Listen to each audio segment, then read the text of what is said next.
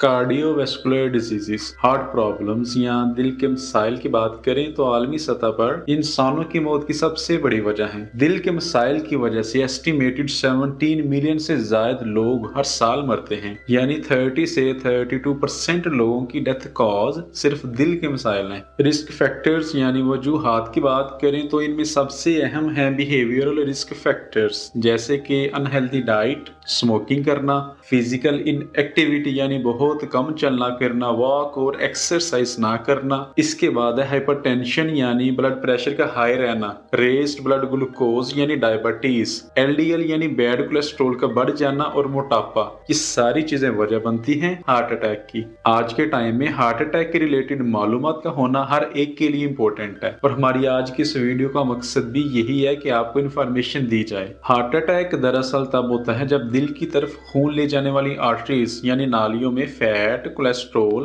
Calcium deposits और plaque वगैरह जम जाता है। ये चीजें खून को दिल तक नहीं पहुंचने देती और इस तरह ऑक्सीजन भी दिल तक नहीं पहुंच पाती। ये चीज वजह बनती है हार्ट सेल्स के डेड होने की, हार्ट के डैमेज होने की। अब हम देखते हैं कि क्या करना चाहिए किसी को अगर हार्ट अटैक आ जाए और पास मौजूद भी कोई ना हो। सबसे जरूरी चीज तो ये है कि आपको इसके सिम्टम्स पता होनी चाहिए ताकि आप ऐसे किसी मौके पर अपनी या किसी दूसरे की जान बचाने में मदद कर सकें। बहुत आम सी इलामात में सीने पर अजीब सा डिस्कम्फर्ट फील होना, सीने पर बोझ का एहसास होना, टाइटनेस का एहसास होना और किसी दबाव का एहसास होना शामिल है। इसके अलावा सीने पर शदीद दर्द भी हो सकता है, जलन हो सकती है, दर्द कंधे, गर्दन, जबड़े और बाजू तक फैल सकता है। कुछ लोगों को चक्कर आ सकते हैं, ठंडे पसीने आ सकते हैं और सांस भी छोटा हो सकता है। अगर आपके सामने किसी को हार्ट अटैक आ जाए या किसी को अकेले में इस मसले का सामना करना पड़े तो सबसे पहले इमरजेंसी नंबर मिलाएं ताकि फौरी तौर पर मदद बुलाई जा सके। इस दौरान में आप एस्प्रिन ले सकते हैं। एस्प्रिन खून को पतला करती है, खून को क्लॉट बनने से रोकती है और अगर ये हार्ट अटैक के दौरान ली जाए तो ये हार्ट अटैक की वजह से होने वाले हार्ट के डैमेज को, हार्ट के नुकसान को, दिल के नुकसान को कम करेगी। ये प्लेटलेट्स के दिल की नालियों यानी आर्टरीज में जमा होने को भी,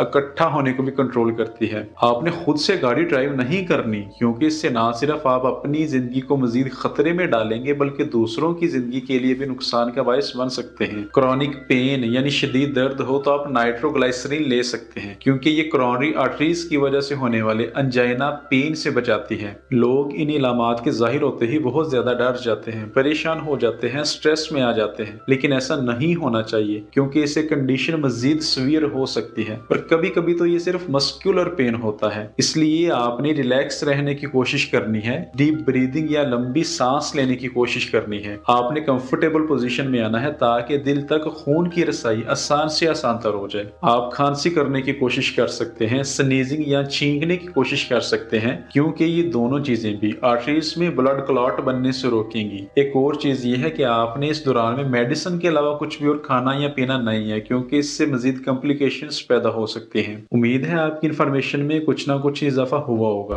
अपना ख्याल रखें और अपने इस चैनल का भी